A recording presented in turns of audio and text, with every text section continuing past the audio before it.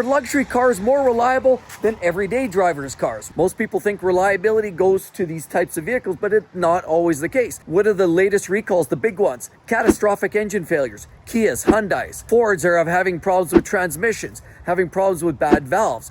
GM and their L87s are blowing up engines left, right, and center. Honda, big recalls, 1.4 million units in their 3.5-liter V6. We can't forget about the vast majority of non-luxury vehicles that have serious reliability issues. But we're going to break this conversation down because it's more than meets the eye. Let's get into it now. Now, many people would argue that vehicles like Lexus and Toyota are a couple of brands that are made with care and pride, and largely you're going to find more reliability in this luxury vehicle than even some of the most reliable non-luxury vehicles like Hondas, as well as many Kias and Hyundais, which a lot of people swear by.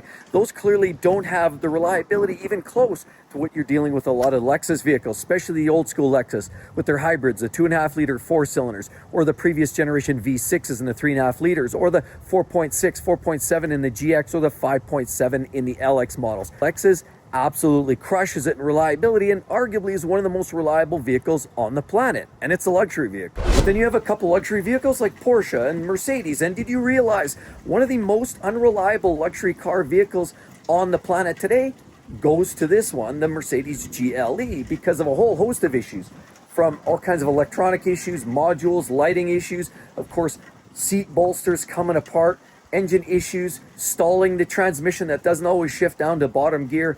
There's been transmission issues, electronic problems galore. Now, when you look at a modern day Toyota, clearly a mainstream everyday vehicle. But did you realize the vast majority of non-luxury car vehicles go to some of the most unreliable drivetrains? There's a lot of manufacturers creating those small, overstrained, turbocharged 3-cylinder engines that are failing catastrophically. They're uneven balanced, they're poorly built, there's lots of plastic under the hood, they start burning oil soon, and quite honestly, most of those little turbocharged 3s and many turbocharged 4s these days are gone out of circulation and in the scrapyard way before a lot of these full-size vehicles like Hondas, Toyotas, but even a lot of the luxury car vehicles, which, believe it or not, are still cruising around on the road with 100, 200,000 miles, when some of these smaller mainstream brands are long gone after 80, 90, 100,000 miles. And while this particular Toyota actually has proper gear train, a lot of Toyotas these days carry the ECPP,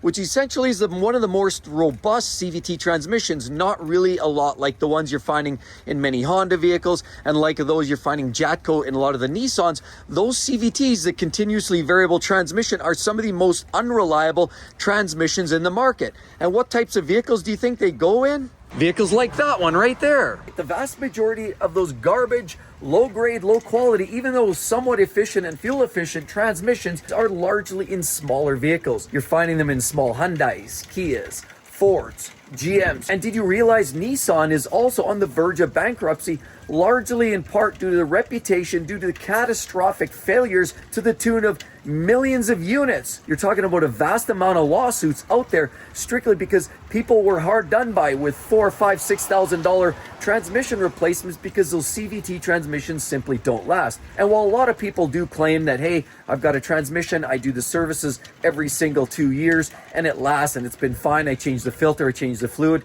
Yes, you can extend it, you can prolong it, but there's no way any CVT, given the same harsh conditions, hard driving, day in, day out, hot, cold, is ever going to last as long as a torque converter automatic or a manual gearbox, largely what you're going to find in the vast majority of luxury vehicles. As economical as a lot of these mainstream vehicles are, unfortunately, they're cutting corners like every other manufacturer. A lot of them are getting smaller turbo 3s, turbo 4s in terms of engines and drivetrains. And overall, the vast amount of technology is going into them, also creating up the perfect storm for failures, just like you're finding in a lot of modern day luxury vehicles like this, that also have a lot of technology. And a lot of people blame brands like Mercedes for failing left, right, and center due to reliability issues because of technology failure with large screens in the center, backup cameras, sensors. But would you believe it? The vast majority of non-luxury vehicles are having the same level of overload in terms of technology. You're also getting LED lights, sunroofs on there, you're getting big screens in the center that do fail.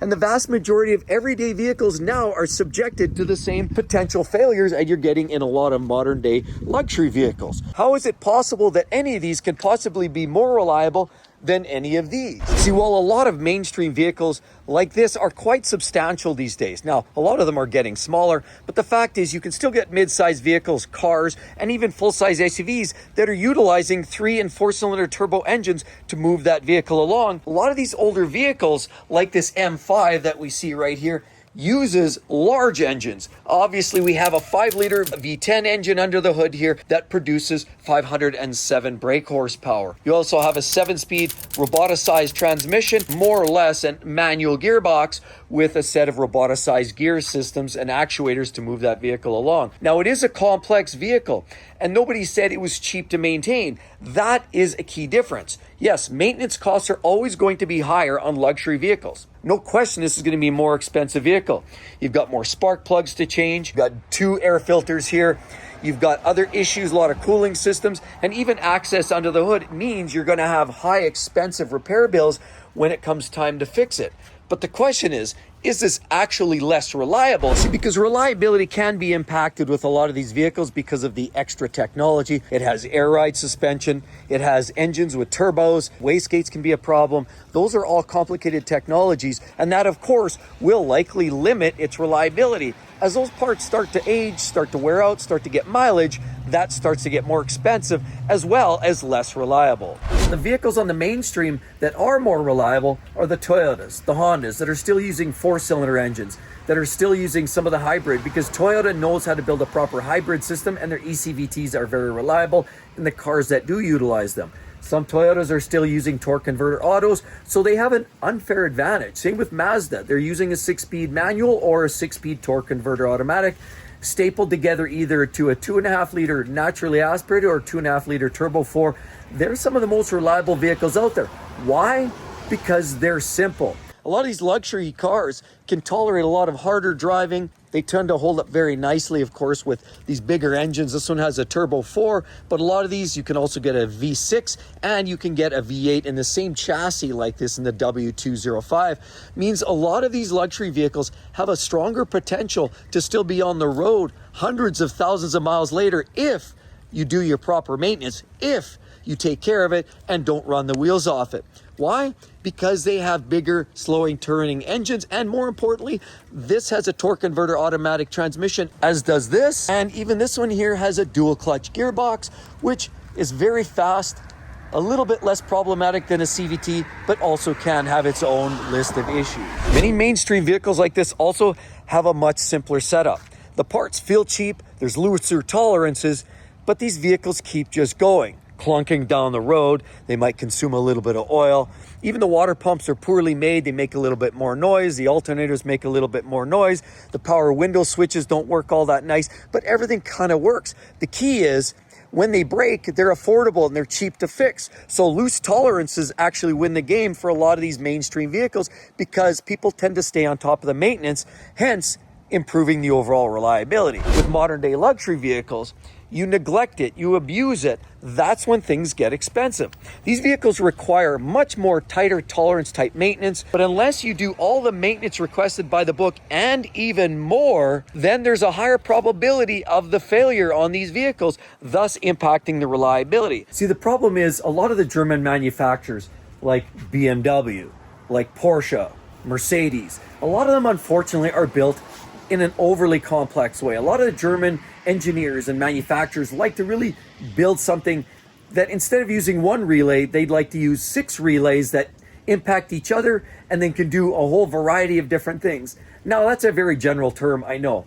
But if you've ever opened up the hood under a 911 or anything else like a Mercedes-Benz, then you'll appreciate the vast amount of extra hoses, technology, and the features that you actually have to repair on a regular basis.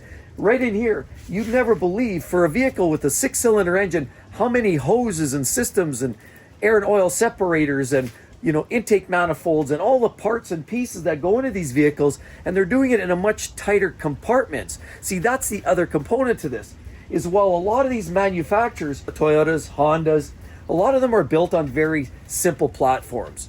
The drivers generally don't have high expectations for complexity. They just want a car that runs every day, gets them to work and back.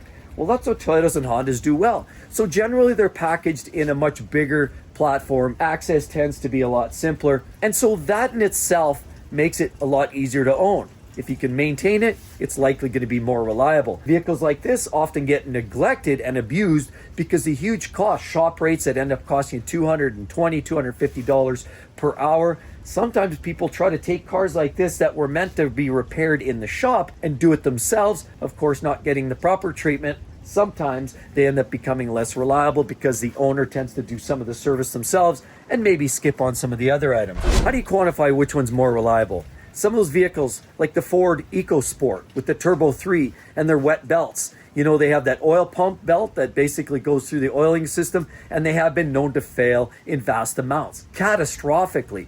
Garbage engine. So a lot of these OEMs that are making these 3-cylinder engines direct injected, now using belts where they should be using timing chains. Now they're creating engines that are really throwaway, and they're not built for longevity. Where a lot of these conventional engines generally could tolerate it, now these mainstream manufacturers are essentially accepting the fact that designed obsolescence is a real thing. Most people are bored of their cars after 3 or 4 years, and the OEMs realize that, and they're creating cars that are simply not made to last. And unfortunately, it's absolutely at an epidemic level when we're talking about the mainstream. A lot of the luxury car brands are almost as bad.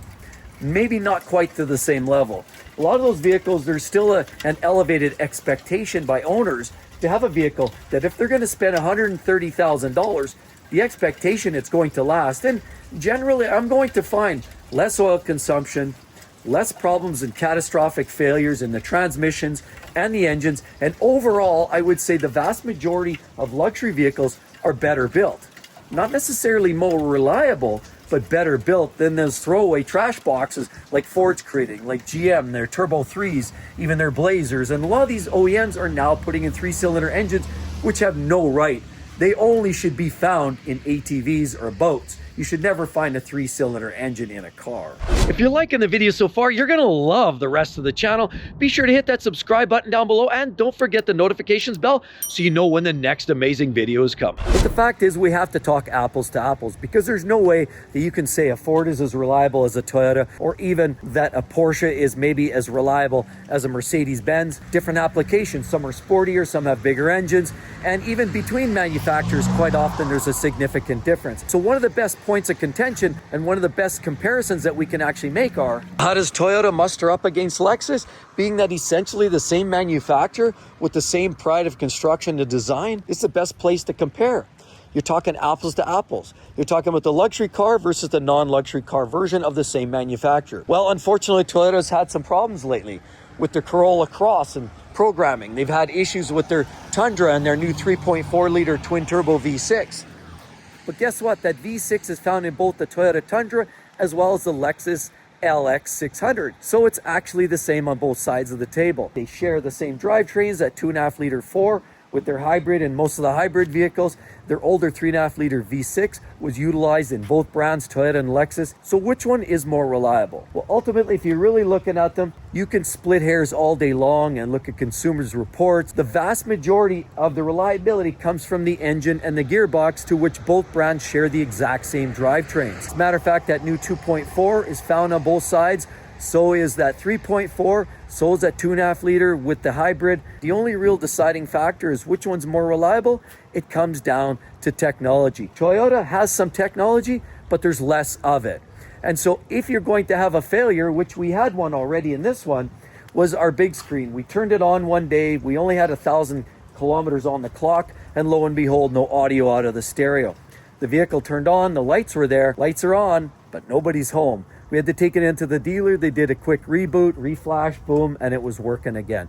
Since then, there hasn't been a problem. That being said, I've heard people comment that the paint quality is poor on these vehicles, where you're down to what, 7 microns or 6 microns, where a lot of the Lexus vehicles might be a little higher. And even when you compare it to vehicles like Mercedes-Benz, the quality of paint is 10 times better. You're up around that 12 to 15 microns. So a lot better quality in that regards. And so you could talk about quality, you can talk about ease of driving, but when it comes down to reliability, regular vehicles like a Toyota versus a luxury like a Lexus, which one's more reliable? It's damn close, but ultimately reliability goes to the Toyota. Don't forget as well, share, like, and subscribe, and we'll talk to you all real soon. Don't forget to check those vids. You're going to love them. Hope to see each and every one of you real soon, everybody. Bye-bye.